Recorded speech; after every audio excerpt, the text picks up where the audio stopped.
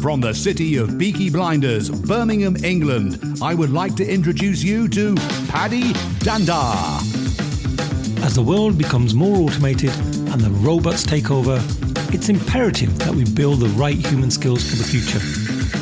So pull up a chair, grab a samosa or two, and make yourself very uncomfortable.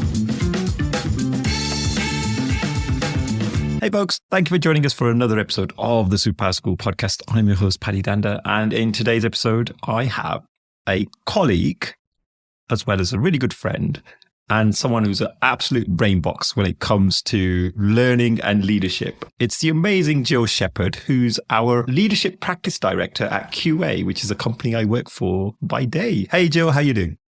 I'm fine, thank you, Paddy, and thanks for inviting me. Nice to be known as a brain box. I guess I do have, for my sins, a PhD, 6 years to get a PhD, and I don't regret it, but it was really hard work. It's all about strategy, innovation, so how ideas get moved around in businesses, how they evolve, how they get lost, how they start. So yeah, it was good fun to do, and I'm quite proud of it. But yes, thank you very much for mentioning it. Not many people do. It's a bit in my past, but yeah, Thank you for that.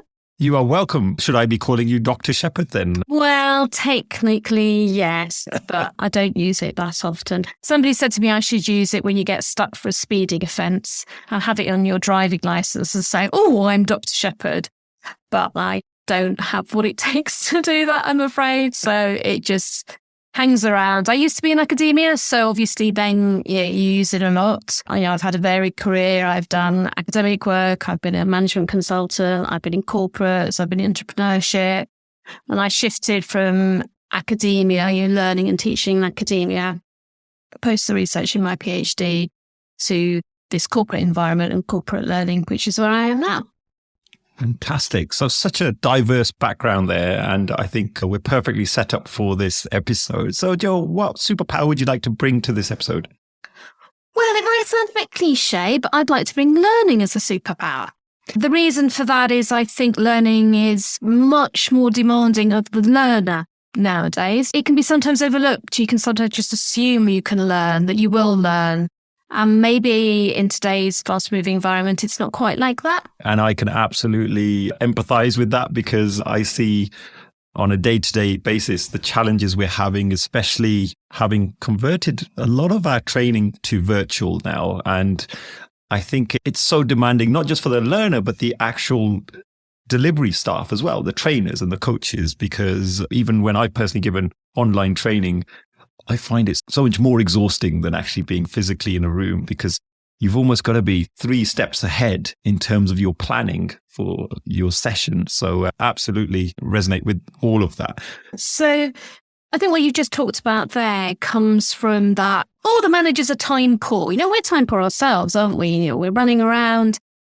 And I can see why corporates have kept that virtual learning, because it wastes less time. But it is indicative of the fact that we are always running on hamster wheels. So you've got that notion of being time poor, and learning is not something you can be certain of achieving an outcome. It's not a task you can easily say, I've done that. I've written that email. I've written that port. You can never quite sure when you embark on some learning quite what you're going to get out of it. So for a time poor manager, it can be quite tricky to dedicate time to it when you're in this outcome-related world. And then I think another reason why it's become more of an interesting superpower, tricky to develop, is everything's moving so fast. Technology in every role is impacting what we do and is emerging and integrating into our lives far faster than it ever has done before. And so you're finding that you need to reskill much more often, or even maybe you upskill, reskill. Your upskill can perhaps feel less threatening to you as a learner, because you're just incrementally altering who you are and what you stand for and the work that you do. But even then, if you're reskilling, you can find that you've become a master at the top of a pile of a legacy system. And then suddenly that legacy system is no longer. And you're nobody again. So even reskilling can involve quite a lot of reskilling. And then in QA, we like to talk about upskilling as well. So companies are saying, well, hold on, automation might have taken the robot out of your role and we'd like you to go and do another role. Or, we're closing down a branch in a bank, so we'd like you to completely reskill to be a data scientist. Now, that's really tough because, mid-career, you are suddenly learning to adopt a completely different professional identity. And we've never really asked a learner to do that before. We've asked them to do learning that's pretty much core and incremental to their role, and which is also not so related to their career path. So I think that's the last point I'd like to make. Learning is much more something you have to do to keep on top of your career path and to stay ambitious or stay in a role or stay alongside your peers. So you've got that pressure to learn. So you've got this time poor down here, but this pressure to learn here to keep your career going. And yet in between, you're on a hamster wheel as well and dealing with your emails and dealing with that tech and that new thing and this person and your virtual hybrid. All of that makes for a learning environment that's not particularly calm, that you're not ready for, and yet you also know you need. So that's why I reckon it's a superpower that people should look out for because they've not had to think about it before. Yeah, I love the way you've just put that actually with all of those challenges. And I think many of those I probably hadn't even considered. So it's great you've mentioned some of those. I remember when I left university, I was sick of doing exams. And I remember coming out and saying, I'm done with education, never going to sit another exam again. And I just want to start work now. And for a few years, I didn't do any exams. I probably didn't do any training courses for a while. But I think I very quickly learned that actually, how wrong was I? That learning has to be a lifelong initiative that you've somehow got to build passion for. If someone's out there who had that similar mindset to me, what advice would you have for them? What if people did feel like, you know what, I think I've invested, like you invested 6 years in a whole PhD, and someone says, I'm done with this. What advice would you have for them? Trust me, there were times in my PhD when I thought that, but I kept going. I think a few things off the top of my head. I think I'd first look backwards and say, what was it about that system that made you tired of it? Was it that you couldn't see vocational purpose? Was it that the way in which you were assessed didn't suit you? Was it that you didn't like your teacher? Was it that you were in a family or an environment that didn't support the learning or that overly supported it? So I would look back and try and unpack that relationship that you had between that view you had of learning at that point and what was it that led to it, so that you can take not that particular relationship into your future, but that ability to be aware of how to unpack that relationship between your motivation and learning. And then you can look at a new learning environment and say, well, what does motivate me to undertake this learning and what might come in my way? And do I want that blocker to stop me, or how am I going to overcome that blocker and keep going? So it sounds like there could have been some reasons why you're feeling like that. And so that brings me on to learning styles. We all have different preferences, and I'm guessing there's not a one size fits all. Could you give us some insight on learning styles? I am passionate about it because I hate the word learning styles. If you want to understand why I'm passionate about not using the word learning styles, there's a really good TED talk on why learning styles, that idea of kinesthetic and visual and what have you, doesn't work in terms of people having a preference.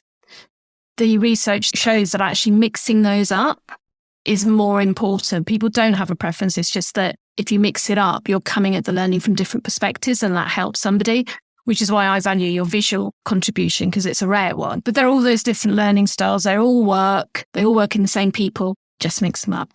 What I like to think about more is different motivations around learning. So your learning ability to learn is affected by your motivation to learn. And I like to take a look at what learning theory tells us about the different ways in which we might be motivated. So it's the same idea. It's not that you have to learn kinesthetically or that's your preference. It's the same with motivation. You might in a particular moment be motivated in a certain way around learning. Another day or another week or another term or another year, another moment in your life, you might be motivated in a different way.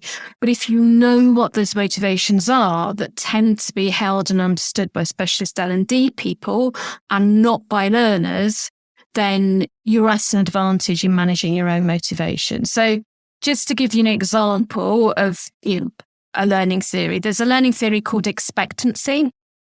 So the source of the motivation, if you're in expectancy mode, is I must expect to succeed. I value success. I'm ambitious, if you like.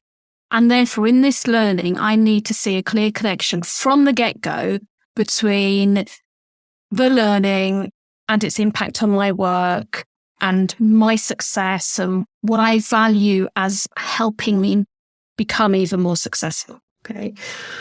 Now, what might therefore affect your motivation if you're in that mode is maybe a bad experience in the past where you absolutely thought a piece of learning was going to give you a brilliant career trajectory and it didn't. Or the opposite. You've had an experience in the past. We started to talk about how your past experiences might affect your future approach to learning. You've had an experience in the past where it's been the opposite.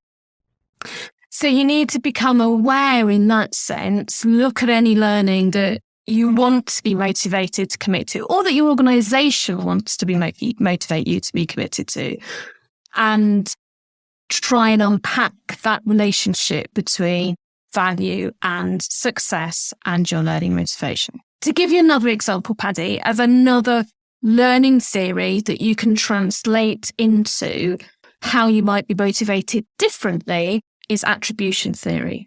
Now, attribution theory says, I want to find explanations between whether my attitudes has affected my learning and the effectiveness of my learning. So it's quite emotional. You're starting off with the premise, I know my mood is going to affect my ability to learn. So you will then start to say, well, am I happy about this learning? Am I frustrated with it? This sort of learning theory and motivation tends to bubble up during a course. So you might have started a course super happy about it, and then you might become frustrated. You've got too much new stuff coming towards you and you're all a bit discombobulated. And so you start to feel yourself maybe get demotivated, and you start therefore to question your relationship between those emotions and your learning. It can happen the other way, right? You can get super excited and almost carried away by the excitement and forget to consolidate that learning. I can remember at university, I'd have some brilliant lectures and you'd come out, you think, oh, that was really entertaining. I feel really happy. And then you'd stop and you think, yeah, but did I actually learn anything? They entertained me, but did I learn anything? And I think as trainers, really good trainers are conscious of getting them excited, but also stretching them out of their comfort zone. So attribution theory is quite useful, often during the process of perhaps a relatively long learning program where your emotions are going up and down.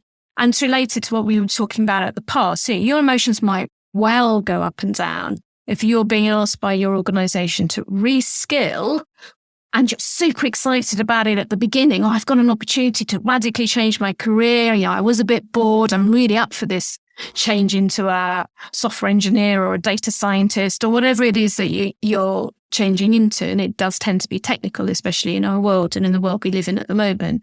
But you might suddenly hit a brick wall. You're being taught something, you're really struggling to understand it, and suddenly all of that excitement disappears and you're left really demotivated. So in that mode, you can start thinking, well, what are the internal sources of that emotion? What are the external sources? So an external source might be, you know what, that trainer went through that way too quickly. Maybe it was somebody else in the group. We run retrospectives that sometimes look at these learning emotions to help surf these emotions in our learners at QA.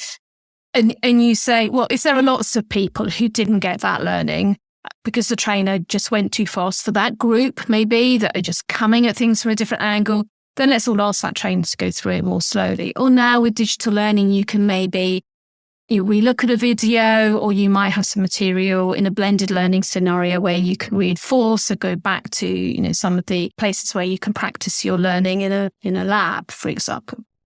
So that can be really useful to think about your relationship between your emotions and your learning. Another learning theory that, again, you can translate into motivation is social. So for some people, learning is about being there with other people, learning from them, just the social experience of getting excited together, getting confused together, getting baffled. Maybe if you've got a concept that your peer hasn't, being able to teach and coach them. So it's a very much a social experience that you favour, or again, that might be being somewhat imposed on you. So if you know that you are normally a technical person who, just works from home and does your technical stuff, and you don't tend to like socializing, then if a learning is asked of you that is social, you can go into it kind of knowing that will have a different dynamic, and maybe having some strategies that will allow you to cope with it and still learn. And maybe even come out of it thinking, well, actually now I do value social learning more. Maybe it's never going to be what I feel innately comfortable with, but I can go with the flow. I can now know I've got confidence to learn if the learning is very, very social. And so that can just be about being aware whether the learning is social, how you're going to react, and reflectively thinking about whether you reacted in the way that you thought. If social learning is really what you're up for, you much prefer that, then you might like to think if you're doing self-paced learning, how you could maybe do it alongside another person. So, you've got that ability at the end of the day, oh, have you done that bit of the self-paced? Come have a chat with you. What did you think about it? If you're being required to do self-paced learning, then you can bring some social learning into it out of your choice and through your own intentionality. Oh, I love that. I think I'm probably more inclined to follow that social learning approach, because I do feel I learn much better when I'm being pushed by other people around me and inspired by other people. I think that's definitely my go-to in many ways, but I guess we're all different. And that relates to your background sometimes, not always, but sometimes. So if you've been in roles where succeeding has involved a lot of team playing, and you're an agilist at heart, so you would migrate naturally to social environments and get that sense of working together as a team, you are likely to have had success in your learning when it has been social, because being social is what being agile is about. So that goes back to that first theory, that expectation theory. You value being a good agilist. You value sharing what it is to be a good agile person with a really broad community of people. So you're therefore thinking, that expectancy theory is working there. Social learning is going to help you become a better agile person, because agile is so much about that community. So you are going to migrate naturally towards that.